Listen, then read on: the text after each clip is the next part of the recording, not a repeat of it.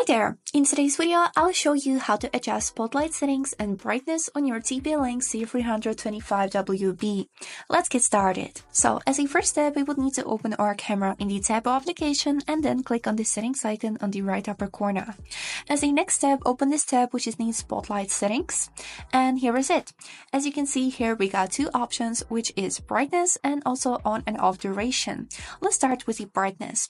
So here we would be able to find the brightness which is from 1 to 100, and to see the preview and the difference, we would need to click on this icon on the right upper corner of the preview, and the spotlights on your camera will light up. Now, to adjust the brightness, take your finger and put it on this white dot.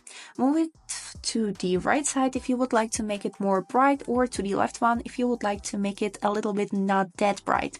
So for example, I will put it on 100. You can see how the brightness changed, and now to 1. And here is the difference. Now let's turn it off and go back. Here we got second tab which is named on off duration. Here we got options from 5 minutes up to 30 minutes, and this is the time for which the spotlight will work.